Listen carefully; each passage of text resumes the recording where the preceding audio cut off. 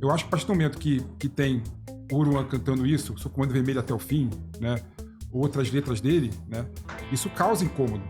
E causar incômodo é bom porque causa reflexão. E a partir do momento que você tira isso do ar, numa canetada, né? Você deixa que isso gere reflexão na sociedade. E mais importante, na minha opinião, do que tirar esse projeto, essas músicas, esses artistas, né? É buscar mudar a realidade local. Se você quer, por exemplo, que não haja música sobre Comando Vermelho, vamos acabar com o Comando Vermelho. Concordo com você. Vamos acabar com o PCC. Se você não quer, por exemplo, que os artistas da periferia, os cantores, os de rap, parem de falar sobre a glorificação do crime, vamos acabar com o crime da periferia. Concordo com você. Vamos mostrar, por exemplo, que a população periférica tem que ter outro modelo, né, para olhar e falar assim, poxa, eu não quero ser o Oruan, eu quero ser o outro artista, né? Então, por isso eu acho que esse projeto, ele não enfrenta a questão da forma como deveria enfrentar, entendeu? Eu acho que a gente deveria pensar em projetos muito mais significativos para realmente mudar a realidade local daquelas pessoas. Eu concordo com você, eu vou partir do ponto que a gente concorda, que a gente tem que acabar com o Comando Vermelho. Acabar com o Comando Vermelho, parte do trabalho é você fazer um combate cultural da glamorização que isso está sendo feito. Eu vou dar um exemplo para você. Você bate muito na tecla do racismo. Você concorda comigo que o Brasil tem um problema endêmico de racismo. Você concorda com isso? Claro, concordamos. claro. Você concorda que a apologia ao racismo é crime. Então se eu chegar aqui e falar assim, eu acho que preto tem que morrer. Eu acho que eu tenho que ser punido por causa disso. Nenhum de nós aqui é defensor da liberdade de expressão irrestrita. Eu não tenho liberdade para cometer crime. Eu não tenho liberdade para falar que preto tem que morrer. Então eu vou dar um exemplo para você do problema que a gente tem, um problema objetivo. E quando a gente tira da linha, fica caricata a defesa. Olha só, tem uma playlist, tá, no YouTube que tá com 6,5 milhões de visualizações de um cara chamado MC Pose do Rodo. A playlist dele chama Só as Antigas do Comando Vermelho. A princípio, você acha que isso aqui tudo bem, existir? Acho que sim. Se eu trocar o crime, se eu falar o seguinte, ó, eu sou um racista e eu vou fazer uma playlist da Só as Antigas da Ku Klux Klan. E eu faço uma série de letras ali fazendo apologia ao racismo. Você acha que eu tenho que ter essa liberdade para fazer esses shows e talvez ser contratado por uma prefeitura para glamorizar esse tipo de crime? Mas aí tem uma questão diferente, né? Porque o racismo é muito mais claro, o ato racista, do que o ato de apologia ao crime. Mais ou menos. Eu posso trazer para você números, né? Por exemplo, no Brasil você tem pouco mais de 4 mil BOs sobre racismo. Pessoas que sofreram racismo e foram lá fazer um BO. No Brasil nós temos mais de 40 mil homicídios todos os anos. Então eu diria pra você que numericamente, eu não estou dizendo que é isso, tá? Não acho que racismo é um crime menor. Mas eu estou dizendo que numericamente, o que esses caras fazem apologia é pelo menos 10 vezes, numericamente, mais grave do que o crime de racismo. Mas colocar, sei lá, músicas playlist do Comando Vermelho, mais tocadas, eu acho que isso aí é problemático. Claro, eu tenho algumas letras aqui. Eu até fiz um negócio, ô Felipe, pra você entender o seguinte, cara. Quando eu tava começando a militar, eu fiquei um pouco liberbobo. Eu sou a favor da liberdade de expressão irrestrita. Eu tinha umas ideias meio idiotas, do tipo, tudo bem, se o cara quer ser um nazista, deixa ele ser um nazista. Ele é só um idiota. Eu tinha esse pensamento antes. E aí você amadurece e você percebe que não dá. Então, eu vou dar um exemplo pra você, eu vou falar algumas frases que são... Eu estou parafraseando algumas letras e eu trouxe as letras pra gente discutir, pra você ver como é caso a caso. Então, vamos dar um exemplo. Se eu mandar assim, ó. Vou mandar assim, aqui é Ku Klux Klan até o fim. Isso é problemático pra você? Tem uma letra, que é o hino do Comando Vermelho, que é literalmente isso. Por isso eu vou mandar assim, sou Comando Vermelho até o fim. Eu só troquei o crime. Eu só troquei uma organização criminosa chamada Comando Vermelho por outra organização que hoje, né, claro que não são as mesmas leis, mas seria considerada criminosa, que é a Ku Klux Klan. Então a gente não pode escolher o crime. É apologia ao crime. Então, apologia ao racismo eu não quero. Apologia ao Comando Vermelho, acho que esse aqui é arte. Não dá. Quer ver outra aqui, Felipe? Vamos lá. Nós desce pra pista pra bater em preto. Não fica legal uma frase dessa, né? Não fica legal. Não existe uma música assim. Claro. Mas existe uma música assim. Nós desce pra pista pra fazer assalto. Então, peraí. Eu falar que eu vou descer pra pista pra bater em preto é racismo, não posso. eu descer pra pista pra falar que eu vou fazer assalto, aí é arte, eu tô cantando uma realidade. Não dá, mano. Mas eu acho que é muito diferente, Arthur. Eu acho que é muito diferente. Eu te falo por quê? Porque o crime de racismo é um crime muito claro. Mas assalto também é mais claro que isso. O assalto eu tô retratando uma realidade local. O racismo também. Entendeu? Não. Claro, o racismo... Nós temos um processo histórico que foi racista no Brasil. Claro. Nós temos um processo histórico que mostra que nós temos um problema endêmico de assalto no Brasil também. Claro. Qual a diferença objetiva? Não, aí eu te falo uma... Perfeito. Agora eu vou colocar algumas questões assim, até para fazer fazer outro ângulo para essa conversa. Existe uma corrente, né, liberal que fala exatamente o seguinte, que a liberdade de expressão tem que ser absoluta, porque seria bom eu saber quem são os racistas na sociedade. Existe um ganho, não é a corrente que eu concorde, tá? Para deixar isso bem claro, mas existe um ganho tangencial de você saber que são os racistas. Eu, por exemplo, queria saber quem era o racista, quem são os racistas, para eu poder tirar de convívio com a minha família, convívio com a minha filha, né? O nazismo surgiu exatamente porque o Hitler, ele, de certa forma, ele planejava a ascensão ao poder no submundo da Alemanha, nos pubs subterrâneos da Alemanha. Então, ou seja, se naquele momento, antes do nazismo existir, ele falasse abertamente sobre o nazismo, provavelmente teria sido derrotado de forma pragmática e de forma na contraposição das ideias, né, entre uma e outra. Mas não, ele conseguiu se fortalecer porque ele cresceu no subterrâneo da Alemanha, né?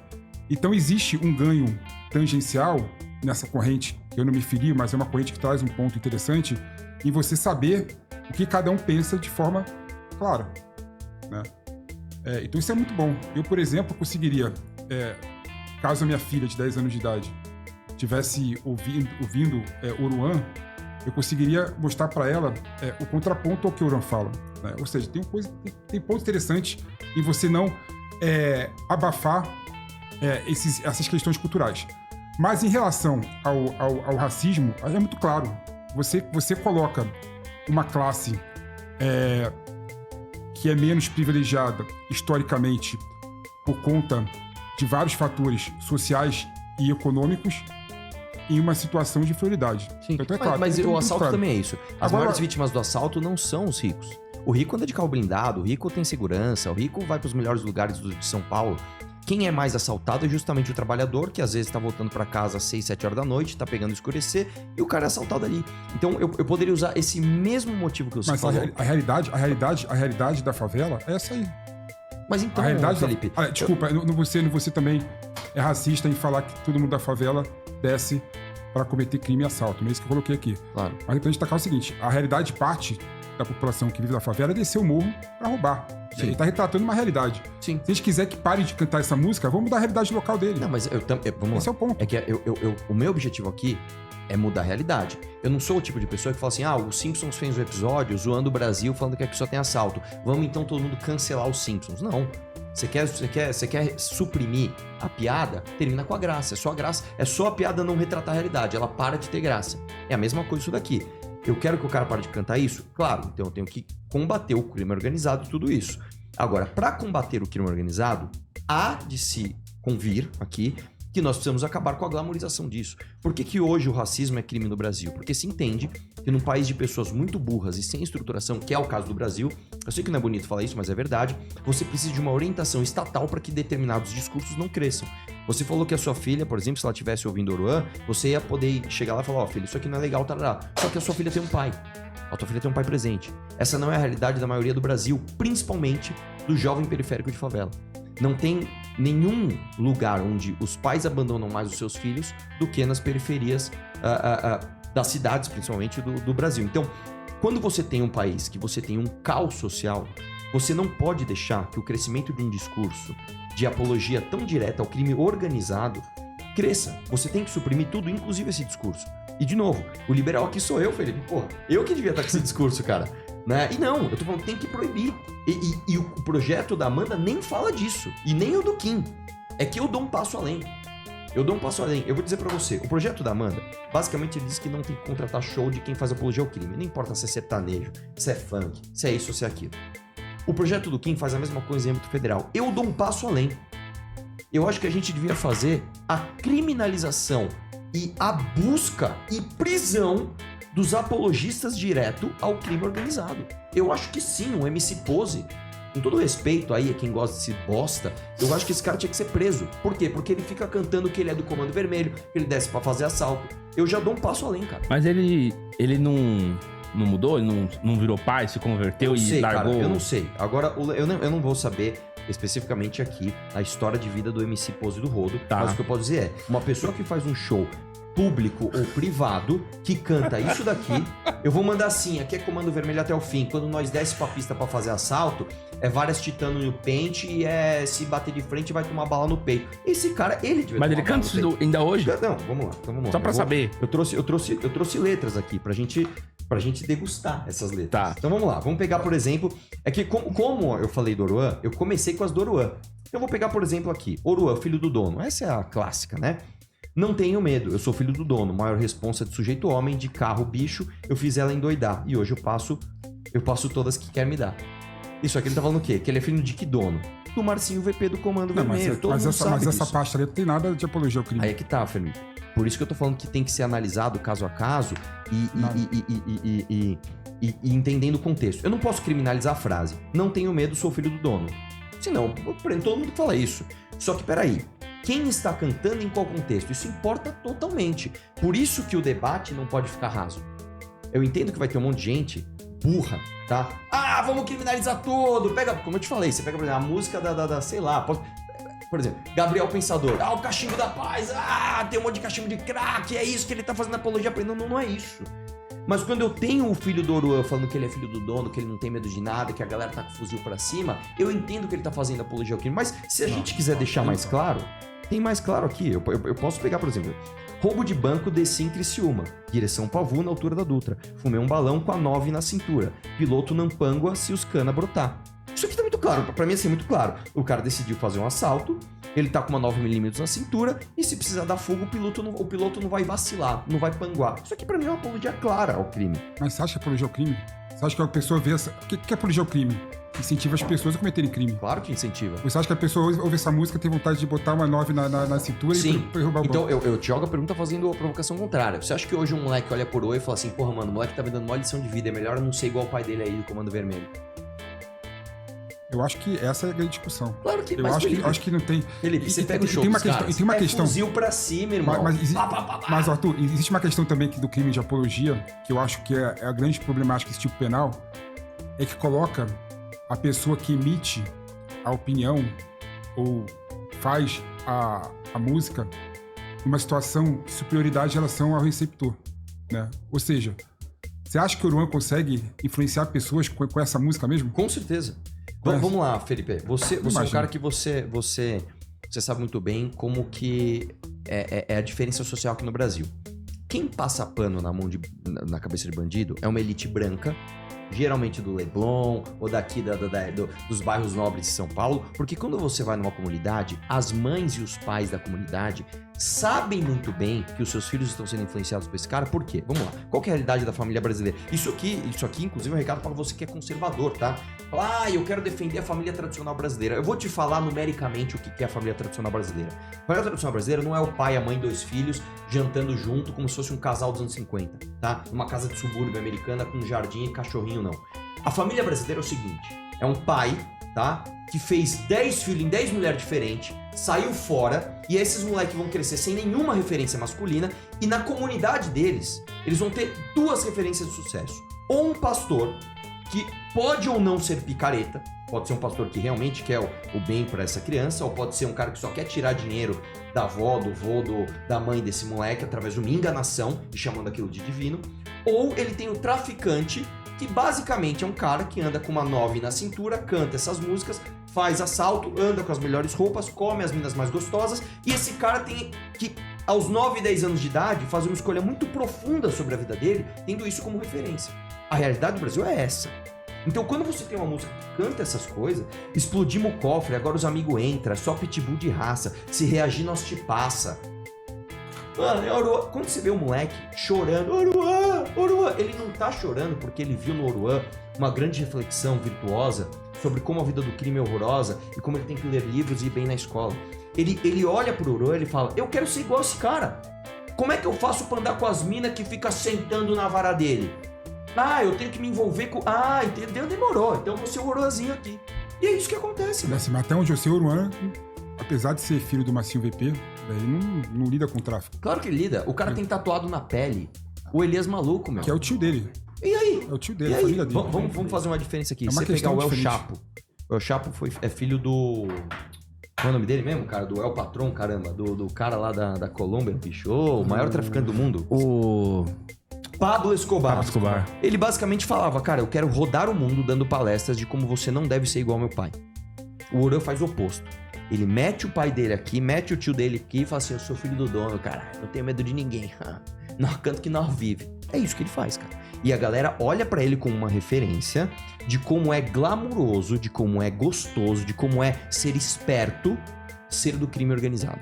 É isso, cara. Isso é uma realidade, Felipe. Não dá pra diferir com isso. Ah, mas eu discordo de você. Mas não dá pra discordar, bicho. Isso é factual, velho. Eu acho que é o seguinte, nós temos que tentar criar estruturas para mostrar pra população que vive em favelas, crianças, que os traficantes não são modelos. Querem me calar. Que o único modelo possível não é o engrandecimento e o crescimento pessoal por meio de ser traficante. Ele tá no tráfico, né? Então o que tem que fazer? A gente tem que ter mais modelos. Fora do... O pastor, a igreja, é um modelo. Mas, por exemplo, se tiver escolas decentes, professores bons na periferia, médicos bons na favela, médicos bons que vivem na favela e atuam na favela, você vai mostrar para aquela população ali que o modelo, né, do tráfico, o modelo que o Oruan representa, segundo você, não é o modelo único do sucesso. Sim. Então, o que precisamos é mais presença do Estado nesses lugares, né? Mais presença de pessoas boas, bem-sucedidas nesses lugares. Por isso que eu volto a falar aqui, o que você me mostrou aqui, que retrata uma pessoa que desceu com um 9mm na cintura para roubar banco, não é apologia ao crime nenhum. Só retrata uma situação... E outra análise, é como se fosse Casa de Papel, por exemplo. Eu vou pedir uma orientação pra você. Você quer um filme que mais glorifica ladrão de banco do que Casa de Papel? Não existe. Vamos lá. Glorifica mais do que esse trecho da letra do Oruan. Vamos voltar ao espectro. Você tem um espectro aqui, tem uma linha cinzenta, tem uma coisa que claramente não é, tem uma coisa que claramente é, e existe a linha cinzenta. Por exemplo, um debate que é difícil. Eu não me arrisco a fazer. Tá, o Planet Hemp dos anos 90 fazendo show ali com um monte de gente falando de maconha. É apologia à droga ou não é? Isso é um debate dificílimo. Isso é uma linha cinzenta. Isso é difícil demais. Isso é bem difícil. Agora é o seguinte. Quando você pega um ator interpretando num filme, numa obra, que tudo bem, isso aí existe, no cinema existe pelo menos desde os anos 40, né? Bonnie and Clyde, não sei o que lá. Na literatura, antes do cinema existir, existia você ter um protagonista sendo um criminoso e fazendo com que a pessoa torça para o protagonista, tá? Isso sendo ele um criminoso. Isso existe na literatura muito antes do cinema sequer surgir. Isso tá muito claramente fora da linha cinzenta. Só que, por outro lado, não dá pra negar, Felipe, que isso aqui é muito claramente apologia ao crime. Como eu falei, é só trocar o crime que fica tudo muito claro. Eu vou dar um exemplo pra você. Se eu troco a letra aqui, ó. Festa na senzala, chicote no lombo de preto é só estouro. O que me parece isso? Mas não, eu tô retratando uma realidade de um confederado americano. Não, você tá sendo um racista, filho da puta. Eu troco o crime. Existe uma letra que é literalmente isso aqui, ó. Festa no morro, tiro pro alto, é o estouro. Tá claro, ele tá falando que ele tá com um fuzil numa comunidade dando tiro pro alto, porque, mano, os estouros faz as minas pagar pau, não sei o que lá. Quer ver outra aqui, ó? Se eu cantar uma frase assim, ó. Não fecho com preto. Aqui é o bonde do Hitler. Irmão, tá claro que você é um racista. Agora, se eu trocar a frase, colocar assim, ó. Não fecho com cana. Aqui é a tropa do urso. Pra quem não sabe, o urso é um criminoso conhecido. É claramente uma apologia pro cara. Cara, o Oruan, ele literalmente, tá? Ele faz shows com a camiseta do chefe do Comando Vermelho escrito liberdade pra ele. Ele literalmente faz isso, cara. Aí tem uma questão que eu ia colocar também. Assim, eu até entendo que causa estranheza, causa revolta você olhar pra uma pessoa e a pessoa tá estampada, né, uma foto do Massinho VP na camisa com liberdade. Mas quando você coloca que é um filho pedindo liberdade do pai, aí a questão torna muito mais cinzenta, na minha opinião. Eu acho que não. Muito mais cinzenta. Eu acho que não. Se Ah, meu se meu pai pai- é um assassino condenado, eu não posso pedir liberdade pra ele, ponto final. Se deixar de amar teu pai, se pai fosse Oi? assim? Não, Se deixar de de amar jeito teu pai? nenhum, de jeito Então nenhum. essa é a questão. Não, mas tudo bem. Ninguém tá pedindo pra ele deixar de amar o pai dele. Agora, ele não pode fazer um show, ainda mais se for contratado com dinheiro público, com a camiseta do chefe do Comando Vermelho, influenciando jovens a pedir liberdade pra ele. Deixa eu colocar uma, Não pode fazer isso, deixa eu colocar uma questão aqui. Você acha que quando o cantor canta uma música, é ele falando? Não, claro que não, ele tá interpretando. É óbvio que sim. É óbvio que ele tá interpretando. É uma coisa. Isso Tipo, aí. o meu guri, por exemplo, a letra do Chico Buarque, que fala da história de um Sim, bandido tem números. com a mãe, por exemplo. Tem o Gilberto Gil é o falando Chico- de chamar a preta de macaquinho, É o não Chico, sei o quê. Buarque falando que apologia ao crime. Não. no caso. É a mesma coisa que um ator de stand-up fazer uma piada num palco de humor. Não é ele falando o que é a opinião dele, de verdade. Como eu te falei, o ambiente, o contexto sempre importa. Por isso que é caso a caso. Eu não posso criminalizar a frase, sou filho do dono. Eu não posso. Senão você fala assim, você é filho do dono desse preço, tem que ser filho do dono. Prende. Não, claro que não. Da mesma forma que eu não posso criminalizar piada, né? Claro que não. Só que, analisando o contexto, a mesma frase tem sentidos absolutamente diferentes. Eu posso pegar, por exemplo, isso aqui de piada. Vamos pegar Mas ó, a questão é a seguinte, você acha que essas letras fazem as pessoas quererem... ir pro crime? Sim, mas isso não é Olha, nem eu vou isso não é nem minha gloriar o opinião. Comando Vermelho, Isso vou não é querer nem minha soltar opinião, banco. cara. Isso é factual. Isso não é nem a opinião do Arthur. Isso é factual. Quando você pega um show que lota de pessoas com fuzil pra cima, falando eu sou Comando Vermelho até o fim, essas pessoas estão exaltando o orgulho de fazerem parte de uma facção criminosa. Isso não é minha opinião, cara. Isso é a realidade. Ah, eu acho... Não. É o cara literalmente falando, eu gosto de ser de uma facção criminosa. Ele gosta de ser ou ele quer se tornar da facção criminosa? Os Essa é a dois. pergunta. Os dois, ele quer se tornar. Ô, Felipe, quando você pega uma letra que faz o seguinte, que ele fala assim, cara, sabe aquele assalto que aconteceu e que um guarda ficou paraplégico porque a nossa turma deu um tiro nele? E as pessoas começam a falar, eu queria fazer parte da turma que deu o tiro, não da que tomou o tiro. Você está incutindo na mente dessa pessoa, e muitas vezes é uma criança, que é legal ser do crime organizado. E o efeito disso, cara, não é da minha opinião, é um efeito factual. Se a gente sair daqui agora, se a gente for na favela da Rocinha e juntar moleques de 15 anos, 100 moleques de 15 anos, e falar assim, irmão, o que você quer ser quando crescer? Eu te garanto que você vai ouvir muito mais caras falando que querem ser traficante, MC, isso e aquilo outro, do que professor ou outras coisas virtuosas que você mesmo apontou que o Estado não oferece ali como referência do que é virtuoso ali naquela comunidade. Então, nós temos esse problema no Brasil. E parte do combate é você combater culturalmente o que esses caras estão fazendo. Tem que falar, cara, assim, eu não sei, realmente, cara, tá na tua posição nesse debate é muito difícil, Felipe, porque como é que defende isso, cara? Não dá. Eu entendo que você não combate um crime, né, reduzindo a cultura, combatendo a cultura. Né? Não é culturalmente, como você colocou aqui, que você vai, Claro que combate, você vai ganhar Felipe. essa luta. Não, claro que Claro que não. combate. Você vai mudar esse debate e vai mudar, fazer com que as pessoas deixem de cultuar o Uruan, você mudar a realidade local. Sim, mudar a Esse é o realidade caminho. local faz parte. E assim, eu volto a falar o seguinte, eu acho que eles têm que tomar cuidado para não tratar crianças e não tratar pessoas como ignorantes também, como sem condição de tomar uma decisão. Claro, criança é relativamente capaz. Estou falando que tem uma visão mais direta em relação a elas. Mas, por exemplo, a minha filha, eu tenho certeza... Quantos anos ela tem? 10, mas com 12 anos, 14 anos, 15 anos, 16 anos, 17 anos, 18 anos, pela formação que eu tô dando para ela, eu tenho certeza absoluta, que ela vai ver essa letra e vai... Mas Felipe, Cagar e novamente, andar. você não faz parte de uma família não, periférica. Eu volto a falar. Você é um pai presente, mas eu cara. conheço pessoas, por exemplo, que são da ambientes periféricos, né, que cuidam dos seus filhos tão bem, que estão cagando para isso. Não é verdade. Porque Estatisticamente não é verdade. essas letras não ressoam em nada na vontade da pessoa Isso não é verdade. ir pra criminalidade. Então, é muito mais importante pra gente dar... Eu volto a falar assim, o mais importante que tem que fazer, Arthur, é fazer com que as nossas crianças tenham capacidade socioemotiva muito forte. E aí, essa discussão de apologia ao crime, de apologia ao uso de drogas, de apologia a organização criminosa vai ficar muito secundária. Porque Quem dera. tendo capacidade socioemotiva, você vê essa letra assim, sabe de uma coisa? Que é uma letra que retrata um momento, retrata uma situação, retrata uma pessoa que não encontra ressonância na minha vida.